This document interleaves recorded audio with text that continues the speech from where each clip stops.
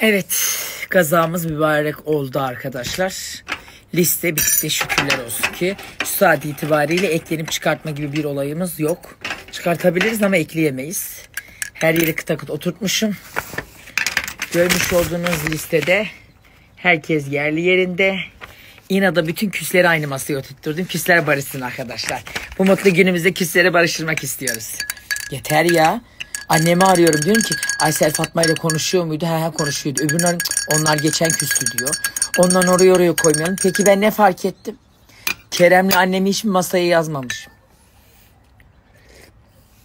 Ama onlar genelde biliyorsunuz düğün sahibi oldukları için ayakta duracaklar diye yazmamışım. Ondan arkadaş şöyle olsun. Bu bundan yakın böyle olsun. O hele akrabalar içinde öldüm ben. Bu ne küstü kız? Ne kadar çok birbirimize küsüyormuşuz. Yalnız şu listeye yazdım, bütün akrabalar genelde mevlütte, nişanlarda, sünnetlerde hep bir aradalar. Ama günlük hayatta küsler. Sana bir şey diyeyim mi? Onlar sırf özel hayatta birbirlerini çağırıp da ama yemek hazırlamayalım, misafir ağırlamayalım diye uğraşmamak adına genelde küs taklidi yapıyorlar.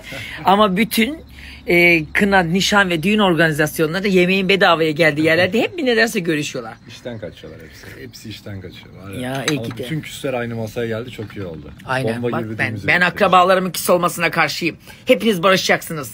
Ne kardeşleri bir yere oturtturdum. Ey gidi ey. Arsa bölüşemeyenler, üstüne tapu getirenler. Bak gözümün bisküvimde gözünüz kaldı.